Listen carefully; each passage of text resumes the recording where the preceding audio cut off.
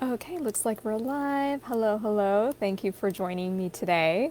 If you're watching the replay, please type replay in the comments so that I know that you're watching. And if you're joining live, thank you for doing that. So today we're talking about sleep trackers like the Aura Ring, which is what I have. I'm Dr. Nishi Bhopal. I'm a physician. I'm board certified in integrative psychiatry and sleep medicine. And these Facebook Lives, I've been going live almost every single day talking about different clinical sleep tips for your practice. I teach physicians and therapists and other health practitioners all about clinical sleep medicine because most of us only get about 2 hours of sleep medicine education during training, but all of our patients sleep. So I do this through a YouTube channel, and I also have an online course called the Clinical Sleep Kit, which is currently open for registration. So I can talk more about that if you're interested, and I'll put the link in the comments if you want to check out the program. It's open currently, and then doors are going to close on February 23rd, which is next Friday. Today's Thursday, February 15th. So if you're watching this, let me know in the comments, where are you joining from? What is your specialty? And then are there any specific questions you have about sleep or any challenges that you have treating sleep issues in your practice? So today we're going to talk about sleep trackers.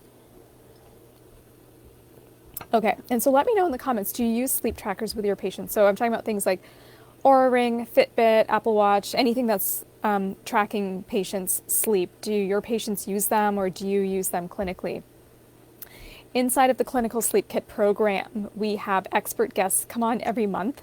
This month, our expert guest is Molly Eastman, and she is a specialist in using the Oura Ring. She actually has a whole program, a 12-week program that she goes through with her clients using the Oura Ring to optimize their sleep. And her program is called Optimize Your Sleep, and it's based around the Oura Ring. And she works with high-functioning professionals, and she helps them regulate their sleep and optimize their sleep quality. So she's our sleep speaker or guest speaker this month inside the Clinical Sleep Kit program. So if you join the program, you will get to join a live Q&A with her and ask questions. That's happening on February 28th.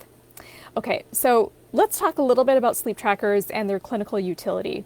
So first of all, what do sleep trackers actually measure? Sleep trackers, like the Oura Ring, they usually measure how much you move during sleep using an accelerometer. So they're typically tracking movement. They also can track sleep habits. So or person's sleep schedule, like when they fell asleep and then when they woke up.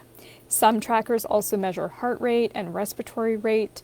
Some of them might even measure oxygen levels. Some of them measure body temperature. So there's different parameters that they look at depending on the type of device that you're using. Many of these sleep trackers will also give you an estimate of sleep stages. So they'll tell you how much REM sleep you got, how much deep sleep, and so on. But this is actually the least accurate metric that they track. The technology just isn't there yet with a lot of the consumer grade wearables to really track sleep staging. And it's also difficult to know how accurate they are because many of them have proprietary algorithms that we just don't know exactly how they work.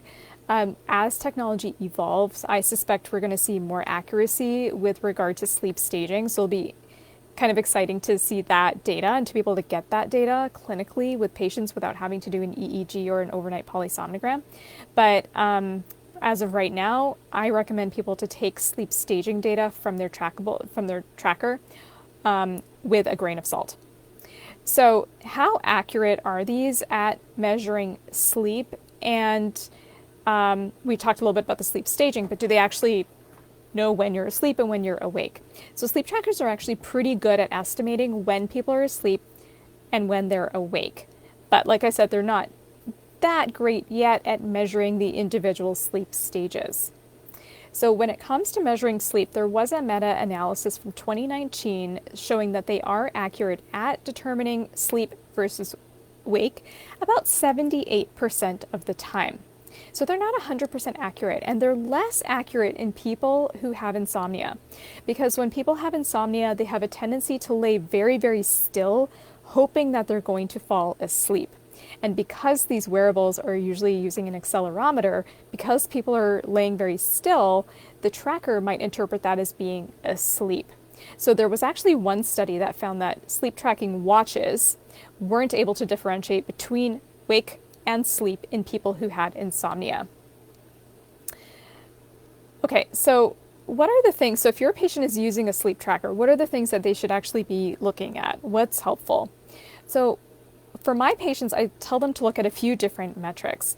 One of the most important things I like to look at is their sleep schedule. Are they maintaining a consistent sleep schedule, or is there a lot of variability in it? And sometimes it's hard to really gauge that without some form of tracking, whether it's with a wearable device or it's with using a sleep diary.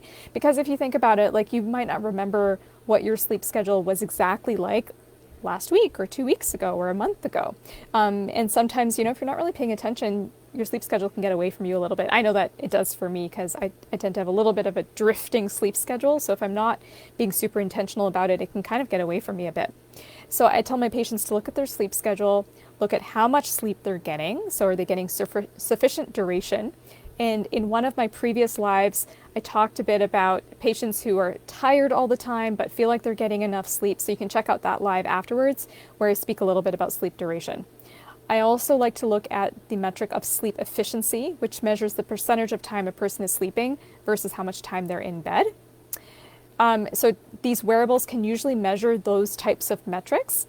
But the most important thing I tell people is you want to take this data with a grain of salt, because ultimately how you feel is more important than what your phone is telling you or what your watch is telling you, right? So we need to learn to trust our own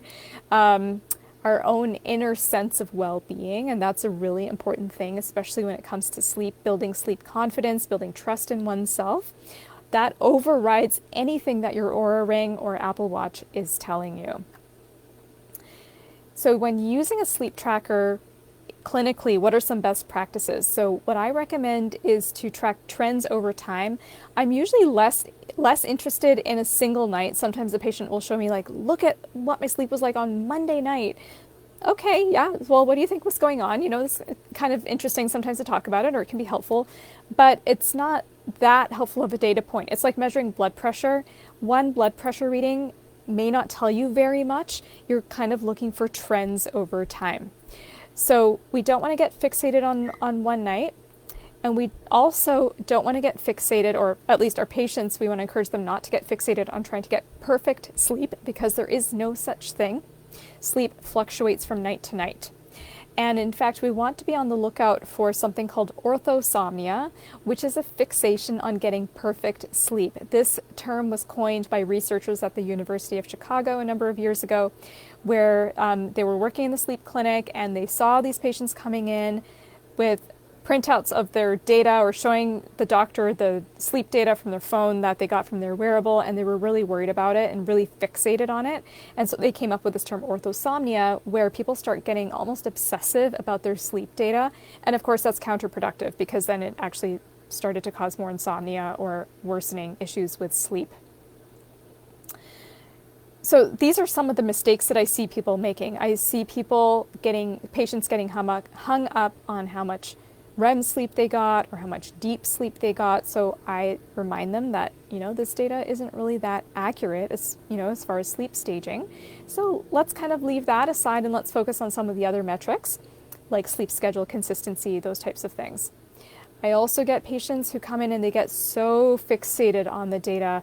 I work in the San Francisco Bay Area. I have a lot of engineers as patients. They love data. They love tracking. They love numbers. Some of them have made their own apps to track their moods and their sleep. And they'll show me the app that they built for themselves, or they've got these like really complex spreadsheets that they built for themselves tracking. And so, I have lots of conversations about, okay, let's put all of that aside. Let's breathe. Let's focus, let's ground ourselves. Let's kind of like focus on our tune into our intuition, all those kinds of things. So when you see this kind of unhealthy preoccupation coming in, I usually recommend taking a break from tracking. So let's put your wearable aside. Let's just not use it for a while. Maybe give it a rest for a few weeks, and let's see.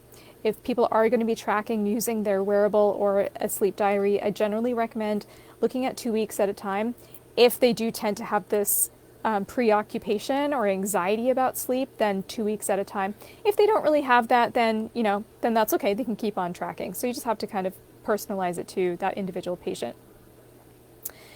If your patient is asking you, which one should I get? Should I get an Oura Ring? Should I get the Whoop? Should I get a Fitbit? What I advise them, I don't have one that I prefer. Like, I use the Oura Ring because I like the comfort. I don't like wearing a watch, especially if I'm sleeping. I just don't want to do that. And I just feel like an Oura Ring, like the ring is less obtrusive. So you can talk to your patients about their preferences. Are there issues with comfort? What are they comfortable sleeping with? What are they actually trying to get out of using a tracker? Do they want to get more data on their activity levels and how many steps they're getting? Is that more important to them? So then that might inform the type of device that they choose.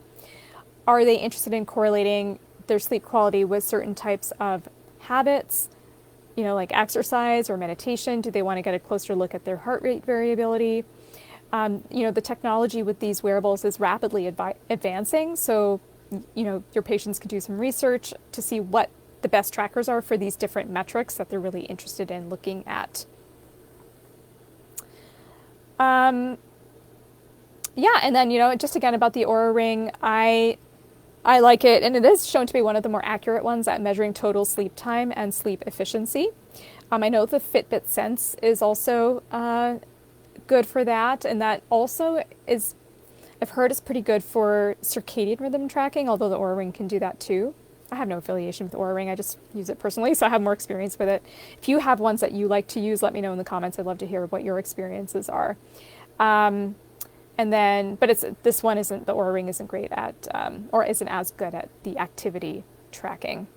I know for me personally, one of the things that I like about it is the heart rate variability, and I really get to see how my habits affect my sleep. And, one thing that, shows up for me a lot is using screens too late in the evening. I can get a little bit attached to my laptop and keep working into the evening hours. And I do see a direct correlation with my heart rate variability and my sleep quality those nights, even though I might not feel stressed. Like, I feel like, oh, it's fine. I can just do my work and then shut my stuff down and maybe, watch a little TV or read my book a little bit and go to bed. And I feel okay.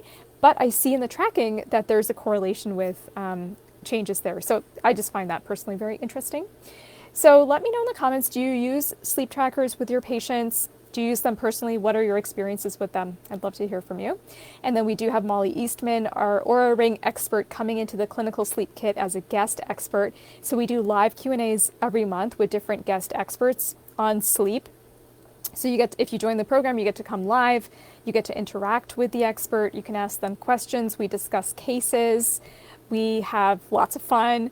And then if you're not able to come to any of the live calls and you're in the program, all of those calls are recorded so you can watch them later. You can get CMEs for them. So it's a lot of fun. So I'll put the link to the program in the comments if you want to see what that's all about. Thank you to those of you who have joined the program. A few of you have been watching these Facebook Lives and joined the program, and I'm so excited to welcome you in. And so we're going to have fun on this next live Q&A. And we also have a free sleep supplements masterclass next week.